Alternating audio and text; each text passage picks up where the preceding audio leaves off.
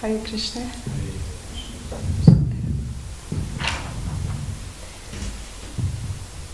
Thank you so much for coming today for Srimad Bhagavad Chaitanya Charitamrita class. So the invocation for auspiciousness, so please repeat after me. Om Namo Bhagavate Vasudevaya. Om Namo Bhagavate Vasudevaya.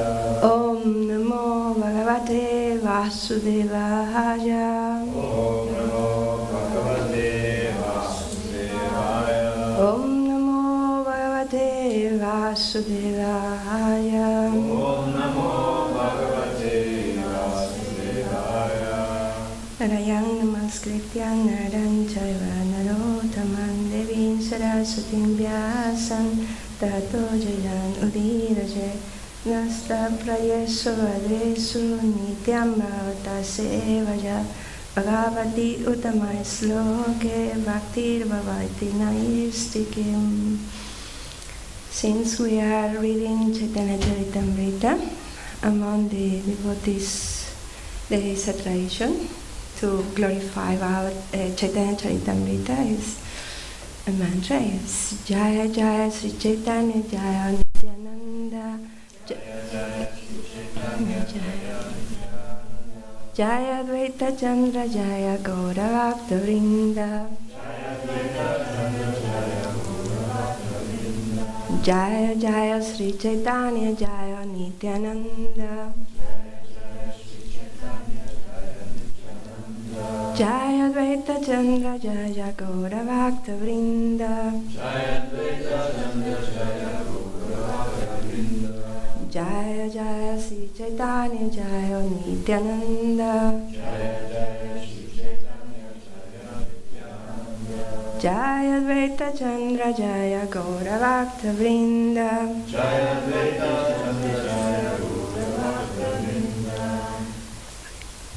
Today's text is, we are in Maya Lila, chapter 24, text 65, and that is on the board.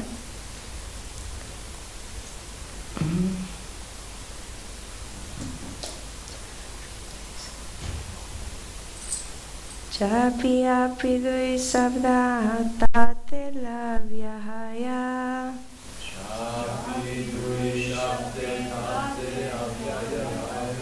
Jai artha lagaye se artha haya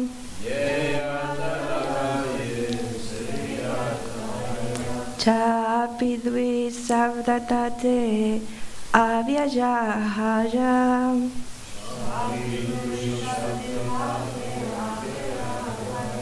Se artha lagaye se artha haya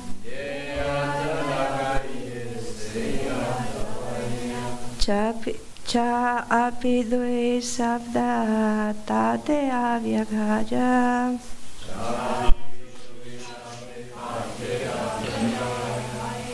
Je artha lagai je se artha haya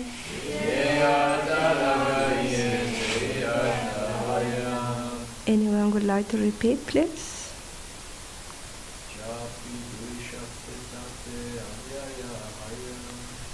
Api dve savdatate avyajahaya Ye artha lagaye se artha haya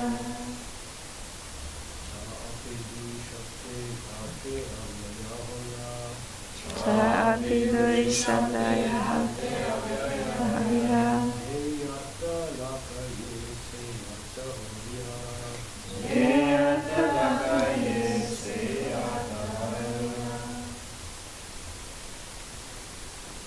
Any of the ladies would like to repeat?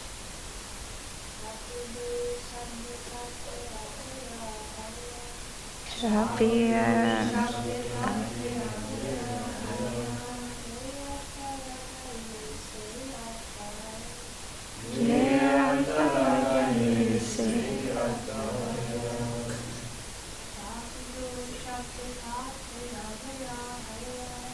Cha api lui saptate hati.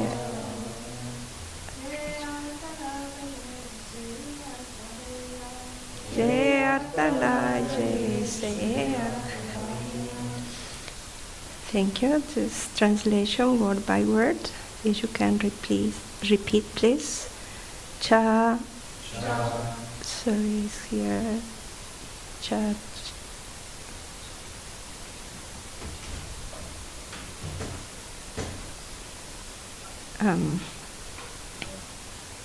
Here is cha cha api api. There is no translation. So what is that? And api. What is the meaning? Although. Dui. Two. Sabda. Words. Tate.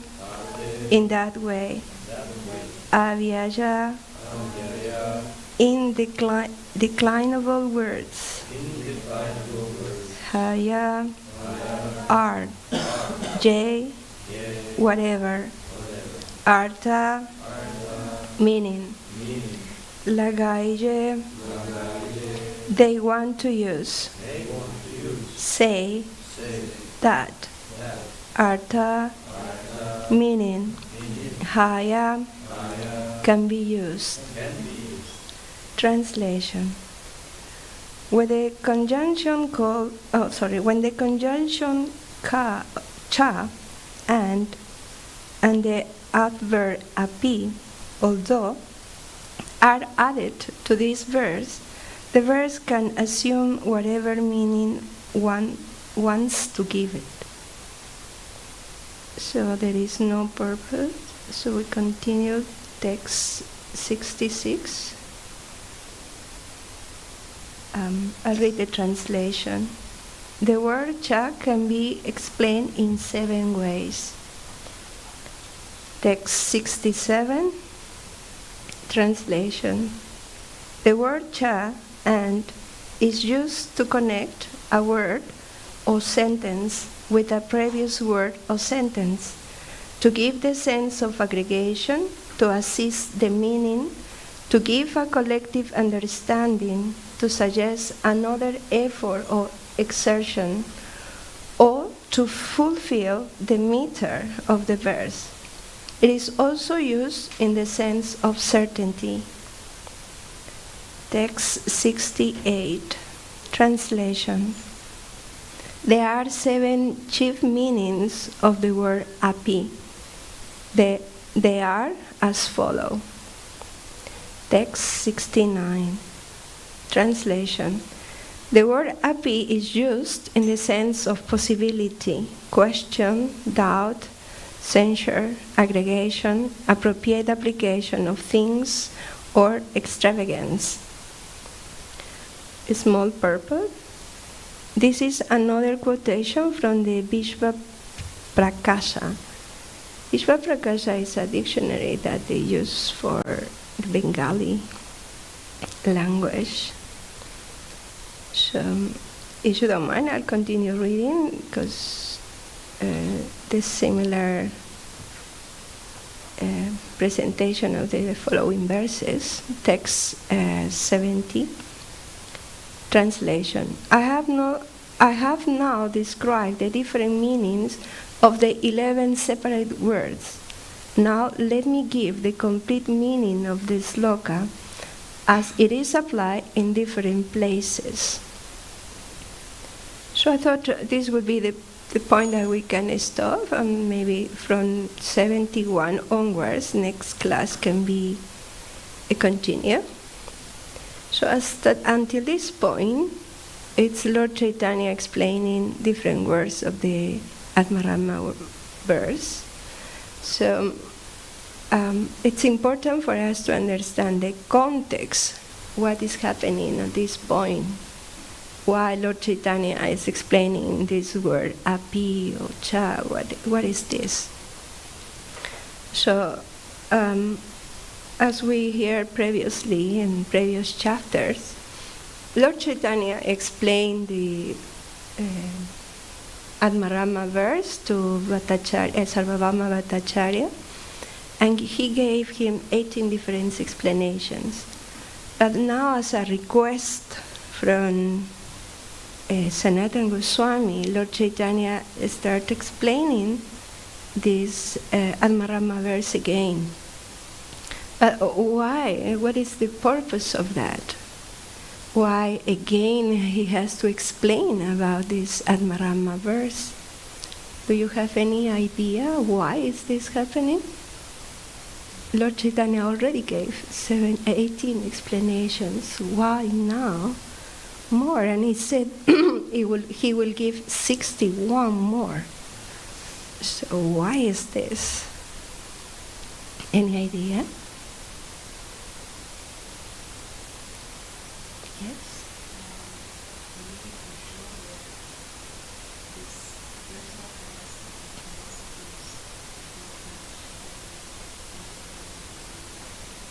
Yeah. Yeah. 18 is not enough. No? Needs more. It's needed more. Yeah. Yeah. Yeah. That's one reason too. Yes. Any other reason why Lord Chaitanya is explaining again this verse, and even more explanation, 61 more, different, all different. So it's important again in understanding the context.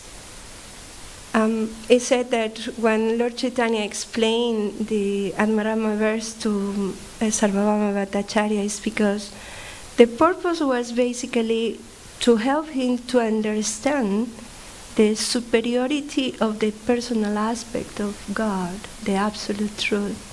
That means the purpose is conversion. At that time, Sarvabhauma Bhattacharya wasn't a devotee. So, but after hearing the presentation of Lord Chaitanya, that was beyond his understanding, it was so amazing, that presentation, that he was also bewildered and also had to understand and accept that Lord Chaitanya was an ordinary person. So, in the beginning, the part of the pastime of Chaitanya Charitamrita described that when the first time when Sarvabhauma Bhattacharya met Lord Chaitanya, he felt very attracted to him. No? Lord Chaitanya, when they reached Jagannath Puri, he went to see Lord Jagannath, but he was in ecstasy that as soon as he saw the Lordship of the Jagannath deity, Lord Chaitanya fainted. And at that time, Sarvabhauma Bhattacharya, as the head priest, was there. And generally when people try to show ecstasy, symptoms of ecstasy, many of them are faking. So what they used to do is that whenever people do that, the soldiers, the people who are around there guarding the deities, they used to take the people, those who are showing ecstasy, they took them away and trying to, because create disturbance. So they tried to do the same with Lord Chaitanya, but Sarvabhauma Bhattacharya, he saw something different in Lord Chaitanya, and he stopped the guards and said, no, and let me take care of him. So he took Lord Chaitanya when he was fainted. And then he took him to his place. In his place, he tried to take care of the Lord, and once the Lord was conscious again, he fed the Lord, and he tried to take care of Krishna. He has that parental or paternal attitude with Lord Chaitanya, because he saw him as a young sannyasi. Oh, he's a young sannyasi, no experience, so let me train him. That was his mood about the Sarvabhauma Bhattacharya. So out of care, so he said, okay, you are young, let me protect you, I'll explain you. You need to know more about the Vedanta, so I'll explain you about this. Lord Chaitanya was just listening to him. So during 7 days, constantly, Sarvabhauma Bhattacharya was presenting the Vedanta Sutras, all the philosophy, impersonalism, Advaitavada philosophy to Lord Chaitanya. So Lord Chaitanya was just listening, very calm, silent. And Sarvabhauma was questioning himself. Oh, was wondering, he asked Lord Chaitanya, do you understand what I'm saying? You didn't ask anything. maybe you don't understand, you have any doubts? And Lord Chaitanya, and he said, well, I understand what you're saying. I understand the Vedanta Sutra. What I don't understand is your explanation. So, what is it? Sarvabhauma Bhattacharya was surprised. No, why? So Lord Chaitanya started talking, and at the moment he gave his 18 different explanations of the same verse. So, Lord Chaitanya asked Sarvabhauma, please, can you explain the Atmarama verse that is quoted in Bhagavatam? That's in the Canto 1, Chapter 7, Text 10. So, but Sarvabhauma Bhattacharya, yes, of course. So he gave 9 different explanations of that Atmarama verse. So then Lord Chaitanya, and Sarvabhauma asked Lord Chaitanya, please, so you give me your understanding, because you say that you don't understand what I am explaining, so you give me your explanations. So Lord Chaitanya started giving him 18 different explanations. But Sarvabhauma thought the 9 different explanations that he gave, it was the topmost. Nobody else can give more of that. So he was surprised that Lord Chaitanya was giving him 18 different explanations, and totally different besides the 9 ones that he gave. So that was very surprising for him, and of course, with the association of the Lord, with the mercy of the Lord, Sarvabhauma changed his approach. His heart was transformed, and he became a devotee at that time. That was it was so much his ecstasy that at that moment, at the spot, he composed 100 verses glorifying the holy name. Lord Chaitanya was so happy with him that he embraced him. So since then onwards, the relationship changed. Sarvabhauma Bhattacharya was so much attracted and following Lord Chaitanya. So that was the context of the first time when Lord Chaitanya explained the Atmarama verse. And now he's explaining the Atmarama verse, the same verse that he explained before, but in a different context to different person, Sanatana Goswami.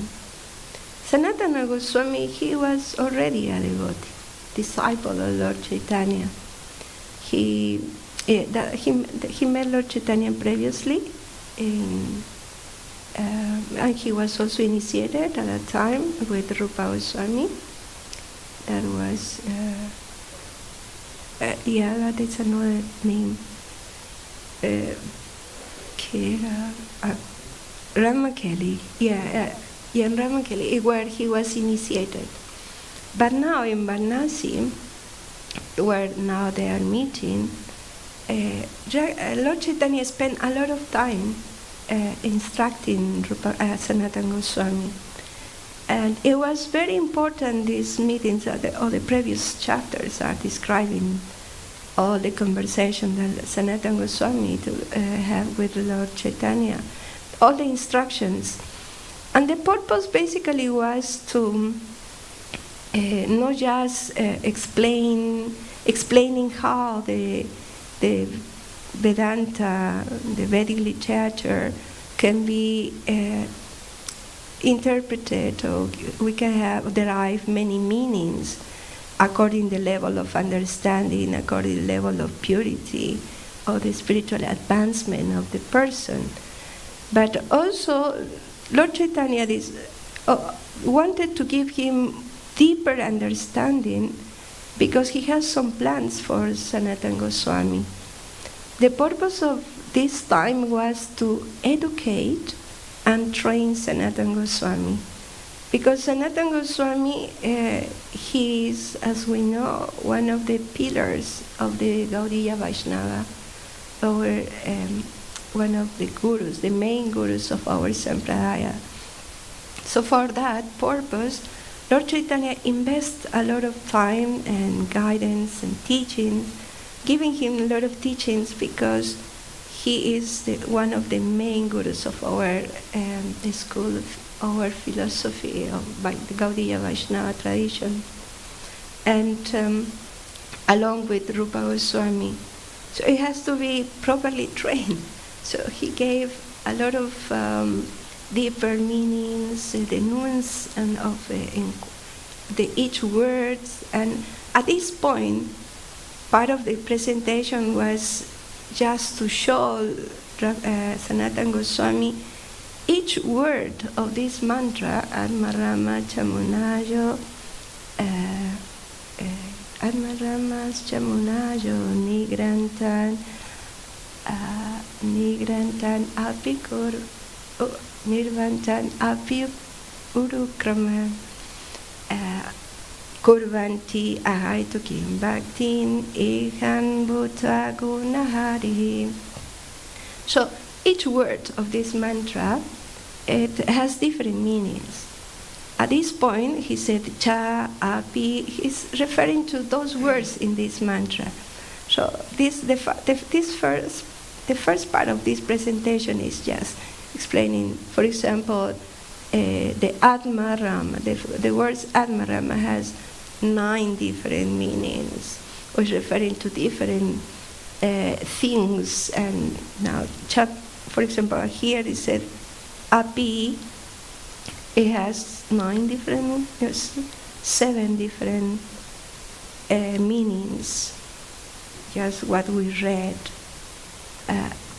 Similarly, each word will Lord Chaitanya is explaining the meaning, and after that, he, as we read now, he said he will start explaining the whole verse, so giving 61 different meanings. So that is what is coming. So it's important to understand, as we said, the context, what is happening. But also we can question ourselves why this verse, Atmarama Chamunayo, because Bhagavatam, this is one of the verses of Bhagavatam, as we said, 1.7.10. And this verse is very important among the 18,000 verses that the Srimad Bhagavatam has. It's very important because it's the basis how we can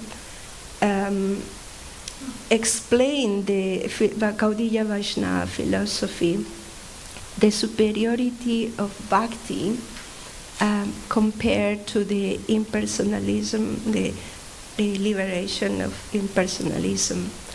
Because at that time when, for example, Sankaracharya appeared in India, that is in 18th century, Sankaracharya tried to re-establish the value of the Vedic literature, because previously with the philosophy of Buddhism, all the Vedic literature was nullified, the value of that.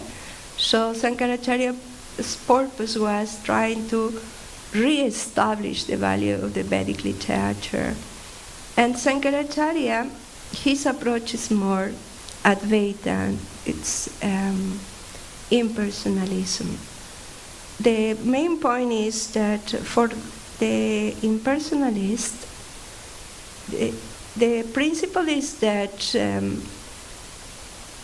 the living entity, or the spiritual growth that the living entity has to go through, the main goal is to become Atmarama. And that Atmarama means self-sufficient, self-realized, self-satisfied, detached of any material achievements or desires. So, and that way, he can reach union with the Brahman. So meditated in himself, understanding the Brahman and the self is one. So that is the goal of the impersonalism and becoming Atmarama. So also part of this philosophy is that bhakti is for neophyte people, that they need to use bhakti in order to qualify them gradually, that to reach the understanding that the soul, bhakta, is the same with the Brahman. So in that way, for them, this is the process, bhakti as a means to achieve the Atmaram platform. So, but with this verse, Atmarama Chamunayo, it's kind of a demonstration that even for those Atmaramas, those who already achieved that high level of perfection, bhakti is a natural inclination, pure bhakti, because it's a high to ki bhakti.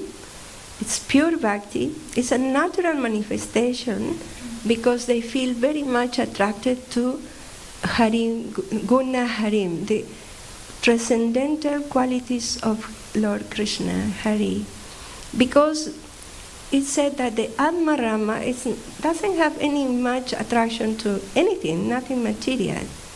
But in that platform, they feel very much attracted to the qualities, transcendental qualities of Krishna. Because of that attraction, they are naturally inclined to perform pure bhakti. That's the difference, pure bhakti. The difference that we need to understand. Because in our philosophy, we understand in Achintya Veda Tattva, so Gaudiya philosophy, practicing devotees, we understand that bhakti is the means for how we can progress, but at the same time, bhakti is the goal. It's not just the process, but it's the goal. Like we see here in the verse, the Atmarama Chamunayo, being in that platform of transcendentalists, they also perform pure bhakti. So in our case, Avideya, bhakti as part of the Avideya process, and the Prayojana, pure bhakti, also it's part of our tradition. So, yes, I wanted to mention this as part of the context of this text, how important for us to understand. And also, this is very much clarified or explained in details by Jiva Goswami. Jiva Goswami wrote, probably most of you know that Jiva Goswami is one of the 6 Goswamis of Vrindavan that established and systematized our philosophy, and especially Gaudiya Vaishnava philosophy. Is recognized for his scholarship and also his elevated level of consciousness. So, Jiva Goswami in his Sat Sandarbhas explained in detail this aspect. As we mentioned before, for example, for the impersonalist, the idea is to reach the Atmarama platform, the union, the soul with the Brahman, because their understanding is the ultimate reality. It's Brahman, that existence, that is true, because as we know, Lord Chaitanya validates that approach too. Lord Chaitanya's philosophy is Achintya Veda Veda Tattva. For us, it's very important to understand this point because we don't deny that aspect of Brahman. The absolute reality, it's also all-pervading, is the Brahman. But it's not just that. According to Achintya Veda Aveda Tattva, the Brahman, or the absolute reality, has also another aspect. It's said that, for example, we are, in that sense, Lord Chaitanya validates the personal aspect of that absolute reality, but not because out of sentiment, because bhakti, devotion, the tendency is that undermine the value of bhakti because of the sentiment that the practitioner can experience. But Jiva Goswami, as we said before, he did a presentation in a systematic way, demonstrating that the personal aspect is complete. The personal aspect of the absolute reality is complete because it's more fulfilling, but ontologically has more attributes. It's complete because of the attributes. Because the Brahman aspect, all-pervading existence, is just that, existence. But the other aspect, that the absolute reality, when it's existent, also interaction with the material things, if we want to say, that aspect of the ultimate reality is the Paramatma aspect, that it has two functions, judge and witness. Yeah? So that is another aspect of the absolute reality. But beyond that, it's the, as we say, ontologically, that absolute reality also has spiritual attributes. It's not just existence, it has also material and spiritual potencies. So because of that attribute, ontologically it's superior, it's complete. So it's not just sentiment, the personalist approach to the absolute truth. So that's important to understand the approach of Jiva Goswami, that again is very much described in the Tattva Sandarbha, especially in the Tattva Sandarbha and all the Sat Sandarbhas, but the Tattva Sandarbha, and especially Atmarama verse is in the 49 Anucheta. Yesterday I was reading about it, because Tattva Sandarbha has 63 chapters called Anuchetas. The 18 first are more glorifications, invocations, but from the 19 to 28 Anuchetas chapters, it's more the systematic approach to our philosophy, the epistemology of Vaishnava tradition, how we know. So understanding that, for example, an approach of acquiring knowledge about the absolute truth is not possible through material senses, sensory perception. It's not possible. It's not possible through mental speculation. So the only valid way is through Sabda Brahman. So for that, to access to Sabda Brahman, we need a basis, the Brahmana, and that is the Vedic literature. But the Vedic literature, it's very difficult. The Vedanta, it's very difficult to understand for the majority of people, in my case. So what is the solution that Jiva Goswami gave is that he presented, organized the Puranas in a better way, as a solution for that. And the Puranas, they constitute the fifth Veda. But among the Puranas, in a selective manner, Jiva Goswami established the Sattvic Puranas. The Sattvic Puranas are better in explaining about the absolute truth. Among the Sattvic Puranas is the Srimad Bhagavatam, the supreme. So it's an expression is said that Sarva Vedanta Sarangi Sri Bhagavatam Ichyate. It means that among all the Vedantas, all the Vedas, Srimad Bhagavatam is the cream, the topmost. So it's why we present it in that way, because the Atmarama verse comes from Srimad Bhagavatam. So it's important for us to understand the value of Srimad Bhagavatam. As a practicing devotees, we understand that Bhagavad Gita is the instructions, the basic instruction that Krishna is giving to us. And Srimad Bhagavatam is the description of these instructions. But Chaitanya Charitamrita is the application. So we can relate more to the presentation of Chaitanya Charitamrita. Jai Sri Jahannavari Subhadra Ki. Jai.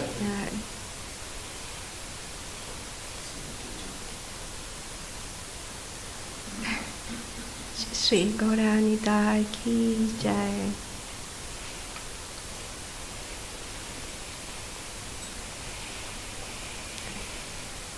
Okay, we were saying that Chaitanya Charitamrita is the application.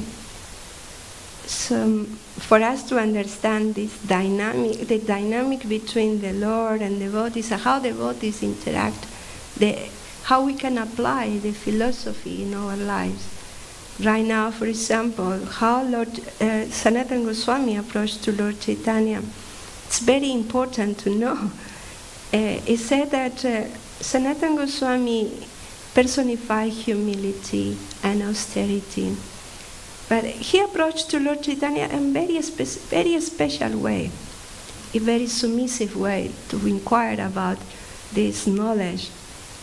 He said that he prostrated himself to the lotus feet of the Lord, and he has a strong history between his teeth to symbolize that he is the lowest and very humble in his submissive manner.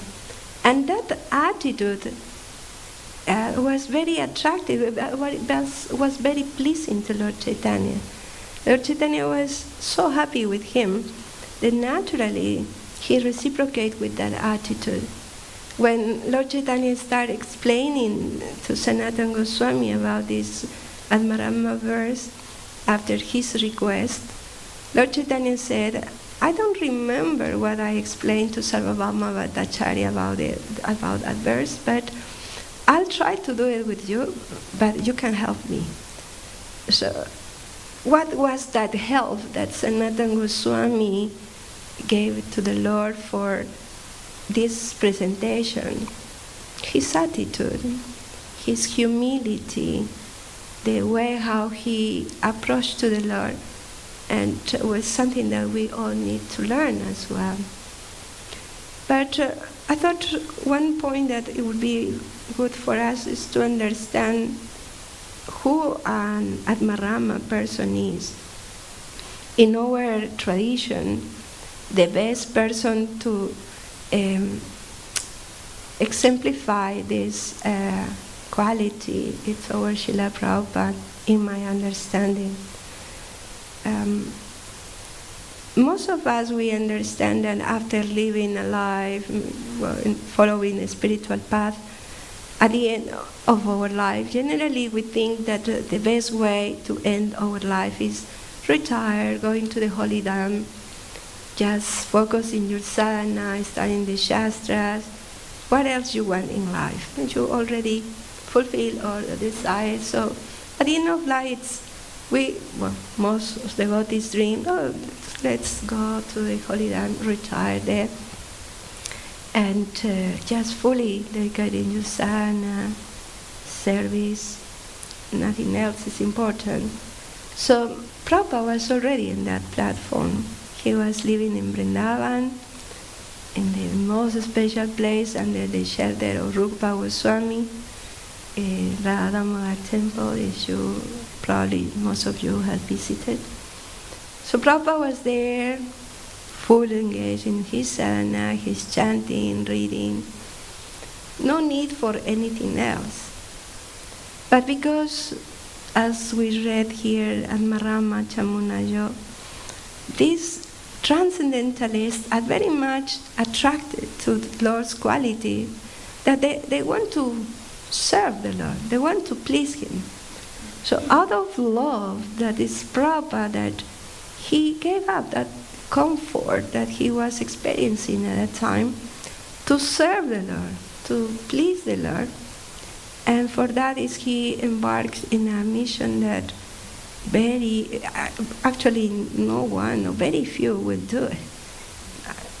He went to the West where he didn't know anybody and no facilities, just to give Krishna to others.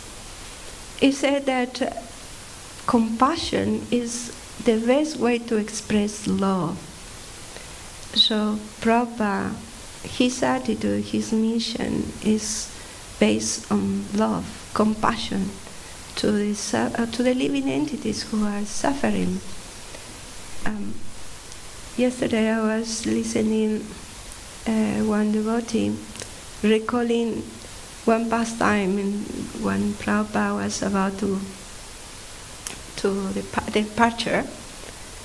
One Bhattacharya from South India, Sri Sampradaya, Prabhupada was in Vrindavan, so his health was very much, he was not well of his health. So the devotees were trying to look after him, and not many devotees were around trying to disturb Prabhupada's care. But this South Indian Bhattacharya, out of concern and appreciation for Srila Prabhupada, he came to know that in Krishna Balaram temple there is a murti of Srila Prabhupada that has been worshipped. Probably you heard about this pastime. Yeah? Yeah, it said that while a spiritual master is alive, if you worship his murti, all the reaction of sinful activities of the worshipper affect the spiritual master. So this Bhattacharya he heard that Prabhupada's health wasn't good, and his murti was being worshipped in Krishna Balaram temple. So he said, no, I have to convey this message to Srila Prabhupada. So from South India, he flew to Vrindavan and requested a meeting with Srila Prabhupada. And devotees, Prabhupada disciples always said, no, you cannot meet. But he said, it's an urgent message. It's an urgent message. I need to talk with him. So finally, he got the time to meet Prabhupada. But he said, this is private. Nobody should be around. I have to just convey this message to Prabhupada. So Prabhupada accepted, and the disciples, they left. But devotees, at that time, they used to have those tape recorders to record everything that was happening in Prabhupada's interviews and things. So when they left, they owned the tape recorder. So this Bhattacharya told Srila Prabhupada, Prabhupada, you know, Swamiji, you know, your murti is being worshipped, and the Shastra said that if the murti of the Acharya who is alive, the sinful reaction of the worshipper will affect him. And so this is why you are sick. And Prabhupada was listening, and he said, yes. It was kind of, he knew it, and then the Bhattacharya was surprised. I'm not giving him a news or a new message. Prabhupada was full aware of that. And Prabhupada said, yes, but not just that. No, Prabhupada said, he said, yes, it's why I came. It's why I came, to help people, to alleviate the suffering of people. And then he said, not just that, I will continue even after my departure. Whoever worshipped me, my murti, will also be delivered from the reaction of their sinful activities. I'll take that. So that is the compassion of our Srila Prabhupada out of love. The service that he is offering to Krishna, the Atmarama. So the position of Srila Prabhupada at Atmarama, we have the experience of that. So I thought it would be nice to talk about it and meditate upon that as well. Another point that I thought can be the application of this presentation is trying to share with you some teachings of Sanatana Goswami, if you allow me, if you are agree. Is that okay? Okay, as we heard, the training that Sanatana Goswami received from Lord Chaitanya, trying to establish the foundations and the guidelines of our spiritual practices, and also writing books. There is one book called Hari Bhakti Vilas. It's the manual that we all practicing devotees try to follow. Explain a lot of things, how to practice sadhana, the worship, devotee interactions. So it's an important book for us. So Sanatana Goswami gave different tips. For example, he said there are 6 tips that can help us to improve our chanting. Do you want to know those 6 tips? Yeah? Okay, there is one mantra. I have the mantra here in order to not forget.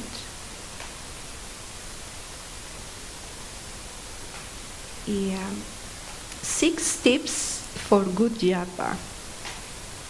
It's Manasa Sankaranas Chau Sauchan Mauna Mantra Artha Chintanam Abhyagrantvan Anirvedo Japa Sampati Hetavam.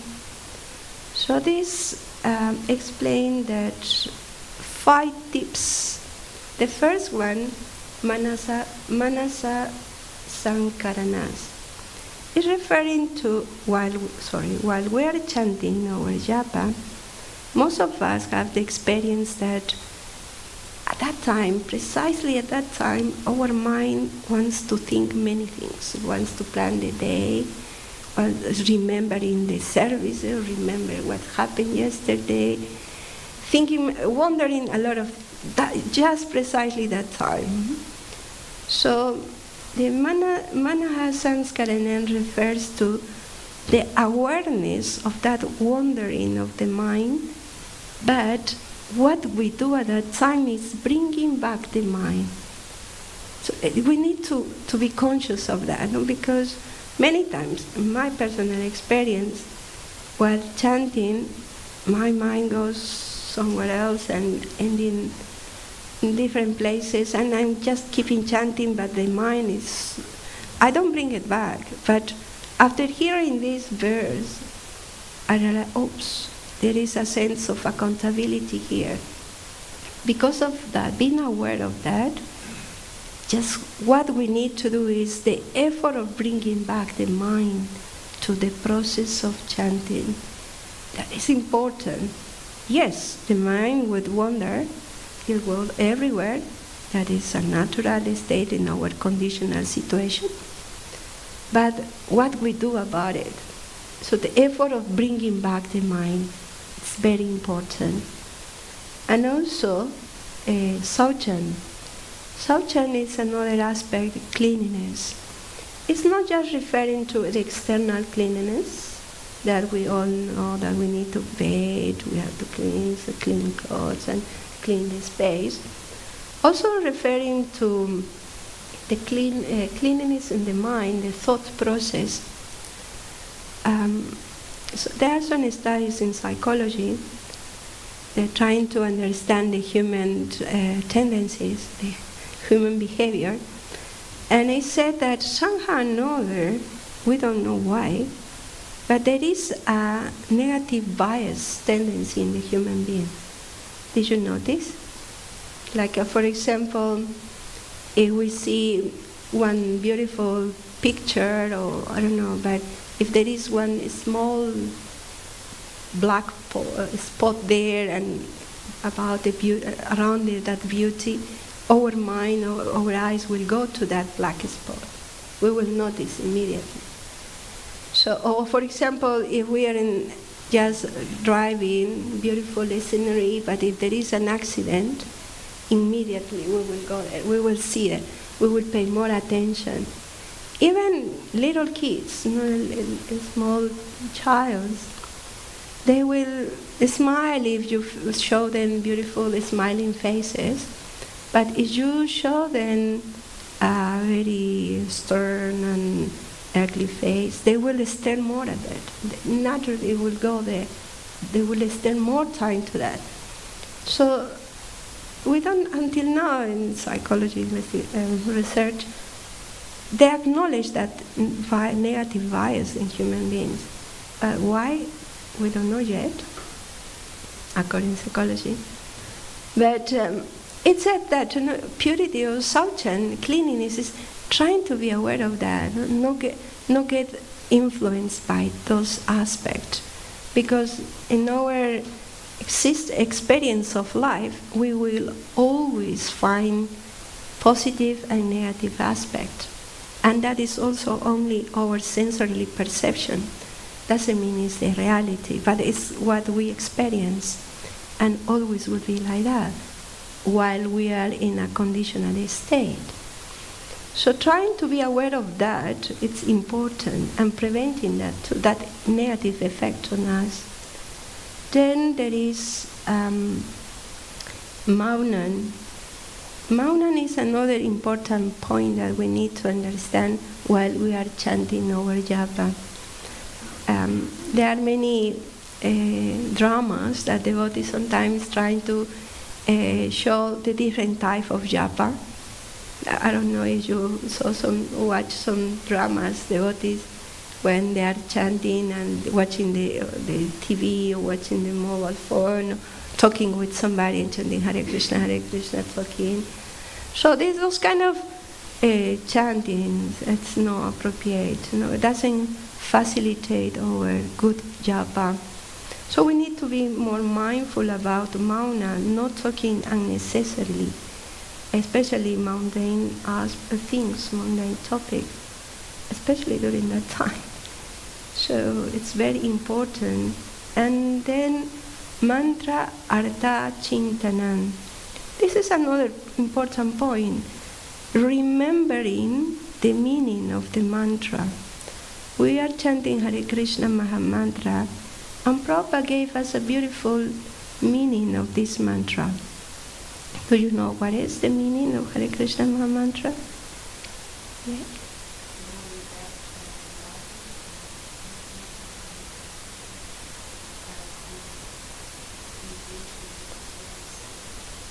That's right. Yes, please, my Lord, engage me in your service. Yes, that is the main translation or meaning that Srila Prabhupada gave us. So while we are chanting our japa, we need to remember that meaning, but not just trying to feel it. That it's important to invest our emotions as well while we are chanting, remembering the meaning of the mantra. Then the fifth principle or tip is Avyagra Tvam. Avyagra Tvam is referring more to patience, but patient in the sense that we need to understand that japa is a long-term project. Doesn't mean that it's something that we need to rush and complete. We need to invest time, space in our chanting. Because if we have the understanding, okay, I need to chant my 16 rounds, means average 2 hours, 6-7 minutes per round. Yeah, there is on the devotees question, how many minutes is a round? The average 6 minutes, 7 minutes. Okay, we try to measure and running. So it's important to avoid that because yes, we need to complete our quota, 16 rounds. But if we have that in mind, I need to complete my round, my quota, it creates a sense of burden. So it's not easy our chanting with that mood. If we understand that japa is a time that it's my moment with Krishna, it's my time with Him, and whatever I'm investing in this time is the way how the Lord also will reciprocate. So we need to be accountable of that. It's not just a duty that we need to follow, to complete, or to do it, but it's our moment with the Supreme Personality of Godhead. We know that Krishna is not different from His name. We hear and it's going, or we forget, or it's just theoretical understanding. But at the moment of our chanting, our japa, is the time when we need to apply this principle.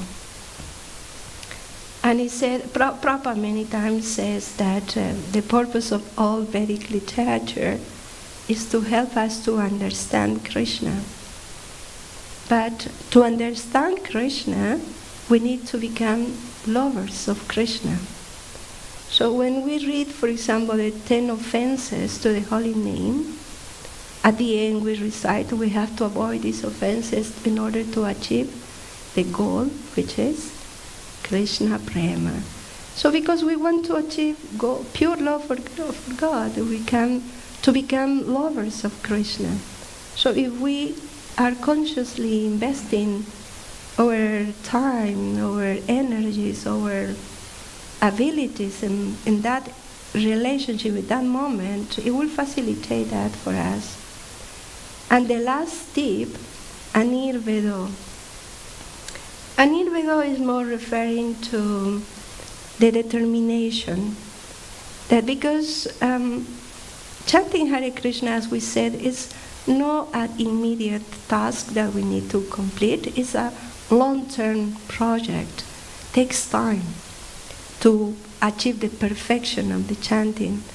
So I don't know you, but many times for me, chanting becomes very dry sometimes. But we need to complete follow this duty because we vowed, we have that commitment with the spiritual master, and we hear from the Shastra that is the only way how we can achieve pure love for God, purify our heart. It's part of our principles of our spiritual practice. But if we keep trying, it said that the determination, the steadfastness, despite of experiencing perhaps no bliss, no ecstasy yet, if we do it, Krishna will see the effort that we are doing it, and he he will reciprocate with us.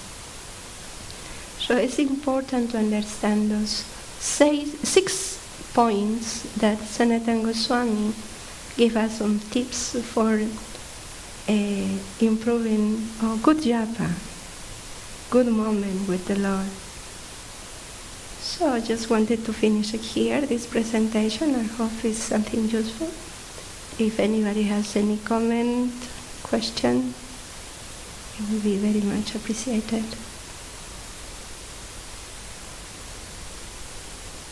Yes.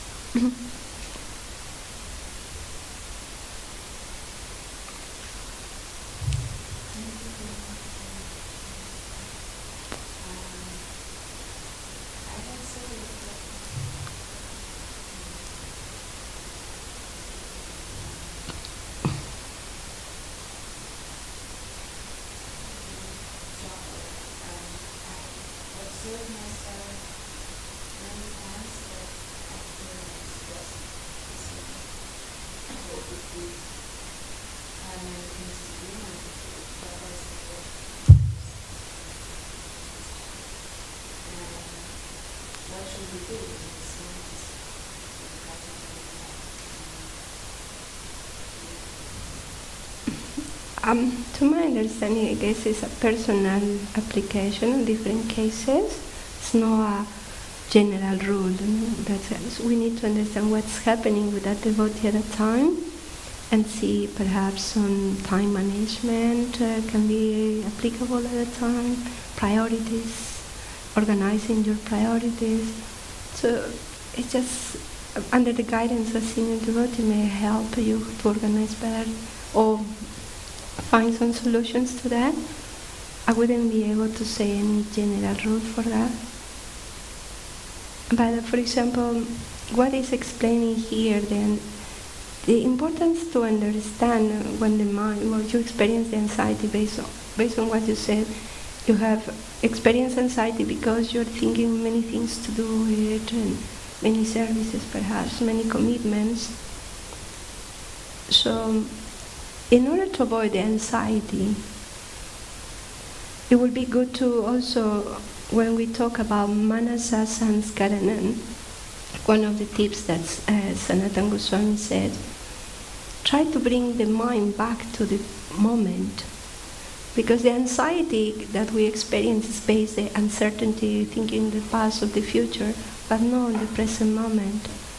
So one of the characteristic of being present in the moment is less anxiety, no anxiety. So if we bring the mind back to the process of chanting, so we'll minimize the intensity of our anxiety biologically. But as practicing devotees, We need to see individually cases, what happened with devotee. Many, as you said, the pressure is, or anxiety is more because of the services that you need to do. Right? So that can be discussed in another way with the guidance somebody, organizing better your timing, that will be less anxiety producing experience. Is that okay?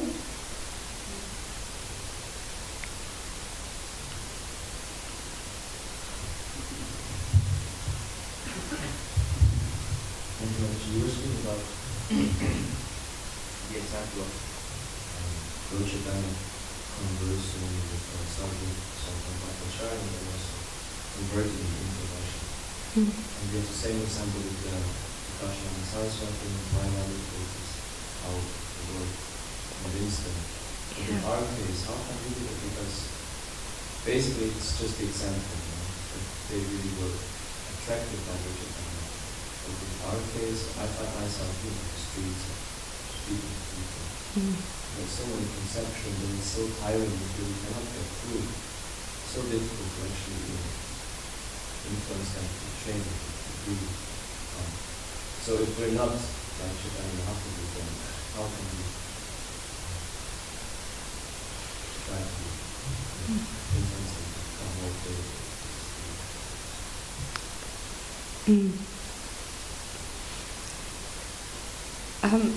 From my side, I'm not a good preacher. Well, in this case, lack of experience, so I wouldn't be able to say much precise or effective techniques for that.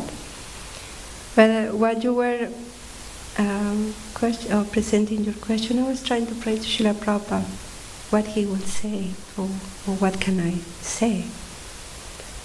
So that remind me one pastime came to my mind when Srila Prabhupada used to say, what you can do in 10 minutes of your preaching, just give my books. You cannot convey, even explain properly the philosophy, just give the book. It will give or produce the effect in due course of time. That would be one way. Another aspect that very much found of is the importance of it prasad. It is so effective in many cases. Many of us became devotees. We experience the transformational effect of Krishna prasad. And also the loving interactions, very affectionate, caring interaction with people. People maybe it's not much attracted to our philosophy, what to say perhaps, our practices, because it looks very strange for many people.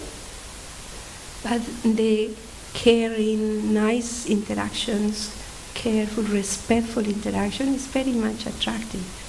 Our qualities as a person. So it can be another way how we can approach to these people and eventually they will also be more attractive to what we are doing. It's a question of time as well. Yeah, the more that we say that, yeah. Any other question?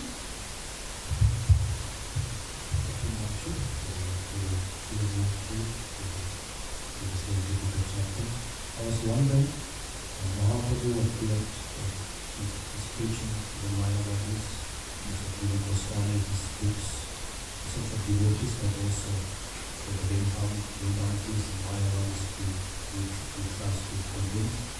I was wondering, nowadays we have a different audience, materialists, scientists, and also in Prabhupada came back to change that we understand it is not Mayavadis, but these are different types of people. So I was wondering, how is what we have today, all the science, etc., how is this an extension of the Mayavadis philosophy, etc., and how can we still use Mahaprabhu and Jesus on his teaching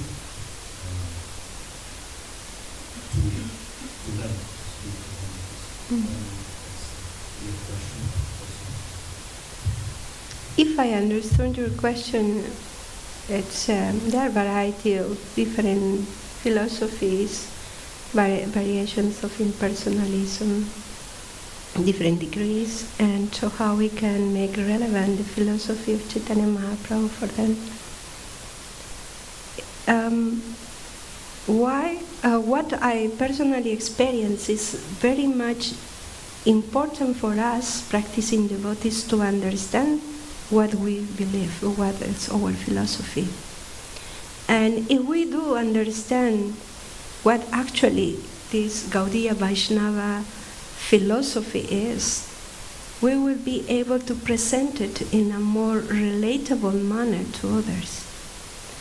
If we understand, for example, that all the living entities are in pursuit of happiness, despite of all different beliefs and philosophies, what we have in common, all of us, is looking for happiness. And the reality is that nobody experience real happiness in the materialistic way of life. So for that reason, we need to rise up the quality of our activities in order to understand who actually we are.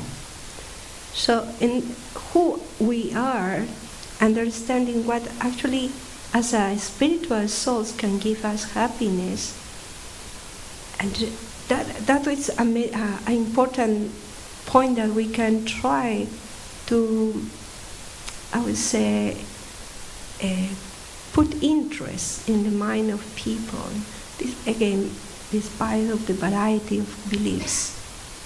And it's to that point that Lord Chaitanya is trying to address, because the only way to be really, really happy and satisfied is to fulfill our natural nature as a spiritual soul.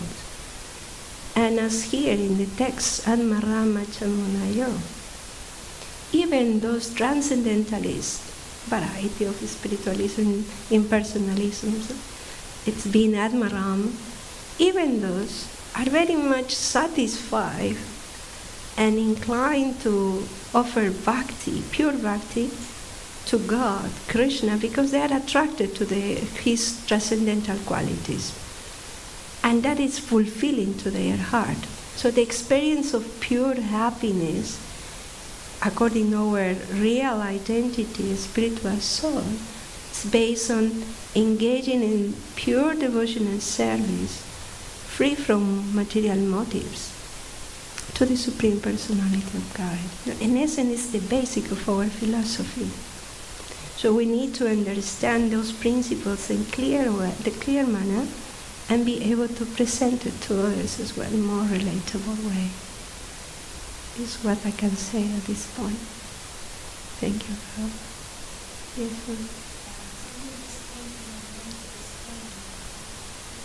please.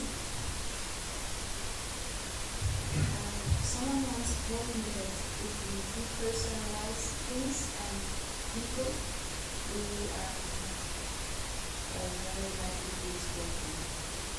And actually, we can only exploit things if we see them as things and not as persons. And nowadays, I see that, of course, many people, especially academic people, they know about the exploitative situation that is going on, and they know that we have to change something. So maybe this is not a way to go to this direction, that we show that we cannot live in this way anymore. And so many people have mental health problems because they are treating these things. So this kind of personalism just does not let yourself be very kind, be a real friend, and be personal with people. We give them so much that we're not missing more and more. Mataji, thank you for your comment.